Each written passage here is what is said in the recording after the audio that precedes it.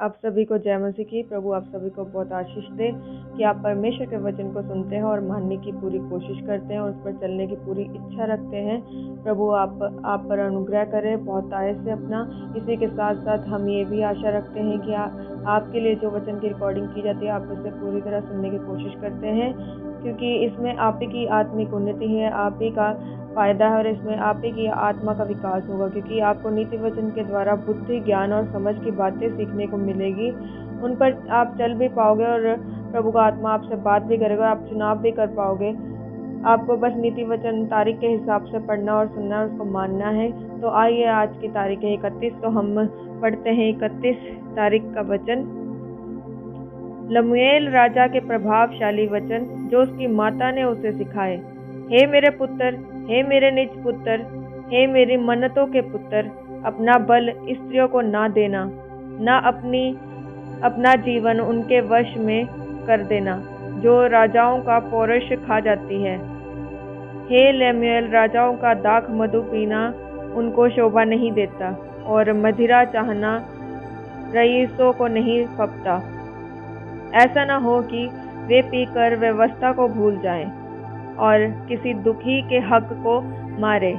मदिरा उसको पिलाओ जो मरने पर है और दाख मधु उदास मन वालों को ही देना, जिससे वे पीकर अपनी दरिद्रता को भूल जाएं और अपने कठिन श्रम सिर स्मरण न करें। गूंगे के लिए अपना मुंह खोल और सब अनाथों का न्याय उचित रीति से किया कर। अपना मुंह खोल और धर्म से न्याय कर और दरिद्रों का न्याय कर। आदर्श पत्नी, भली पत्नी कौन पा सकता है, क्योंकि उसका मूल्य मूंगों से भी बहुत अधिक है। उसके पति के मन में उसके प्रति विश्वास है और उसे लाभ की घटी नहीं होती। वह अपने जीवन के सारे दिनों में उससे बुरा नहीं वरन भला ही व्यवहार करती है। वे ऊन और सन ढूंढ ढूंढ कर अपने हाथों से प्रसन्नता के साथ काम करती है। वे व्यापार के जहाजों के समान अपनी भोजन वस्तुएं दूर से मंगवाती है। वे रात ही को उठ बैठती है और अपने घराने को भोजन खिलाती है और अपनी दासियों को अलग अलग काम देती है। वे किसी खेत के विषय में सोच विचार करती है और उसे मोल ले लेती है और अपने परिश्रम के फल से दाख की बारी लगाती है। वे अपनी कटी को बल के फेंटे से कसती है और अपनी बाहों को दृढ़ बनाती है। वे परख लेती है कि मेरा व्यापार लाभदायक है। रात को उसका दिया नहीं बुझता। वे अटेरन में हाथ लगाती है और चरखा पकड़ती है।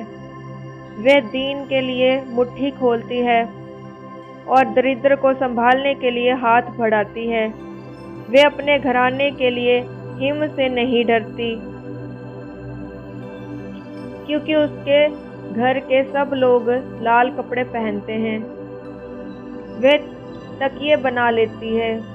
उसके वस्त्र सूक्ष्म सन और बैंगनी रंग के होते हैं। जब उसका पति सभा में देश के पुरनियों के संग बैठता है तब उसका सम्मान होता है।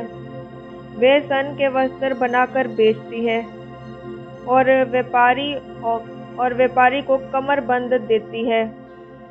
वह बल और प्रताप का पहरावा पहने रहती है और आने वाले काल पर हंसती है। वे बुद्धि की बात बोलती है और उसके वचन कृपा की शिक्षा के अनुसार होते हैं।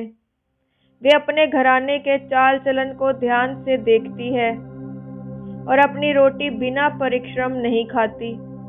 उसके पुत्र उठ उठकर उसको धन्य कहते हैं। उसका पति भी उठकर उसकी ऐसी प्रशंसा करता है।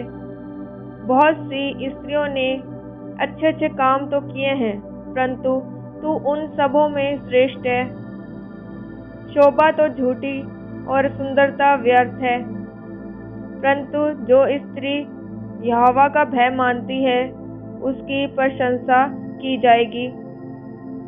उसके हाथों के परिश्रम का फल उसे दो और उसके कार्यों से सभा में उसकी प्रशंसा होगी।